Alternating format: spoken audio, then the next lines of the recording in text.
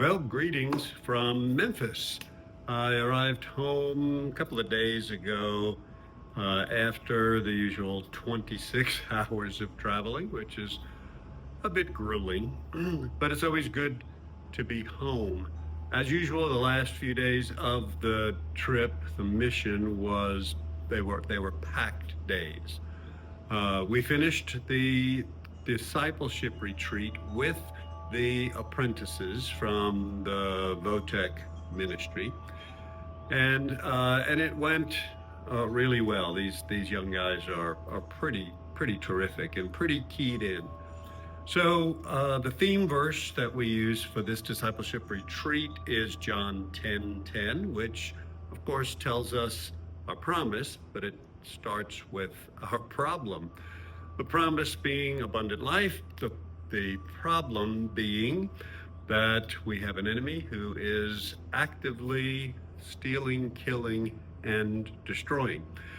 So we spent Friday night talking about the wounds and the lies, the strategy of the enemy. And then Saturday, we spent the whole day teaching on discipleship principles and community as two of God's provisions for us to actually get to abundant life, to counter the lies of the enemy. And then we watched the movie The Forge, which I highly recommend. It demonstrates all the principles that we talk about on Saturday. But interestingly enough, I asked them at the end of the day on Saturday, after all the classroom instruction, what was your takeaway? What did you remember? What stood out to you? And a few guys shared.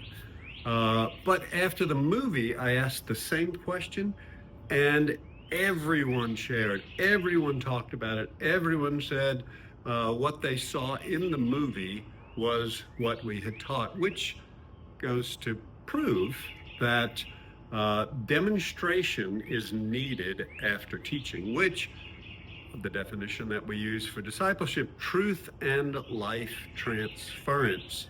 It takes teaching and demonstration before people really get it. So after that retreat, that ended on Sunday. I wrapped it up with some about our identity in Christ, and then just a review of all the principles. But then Sunday afternoon, I went into another one-night retreat, and this was with the leaders, some of the leaders of the ministries that we partner with, who I've been walking with for the past 10, 12 years. These guys are solid. They are solid men of God who are going after Jesus with all that they have.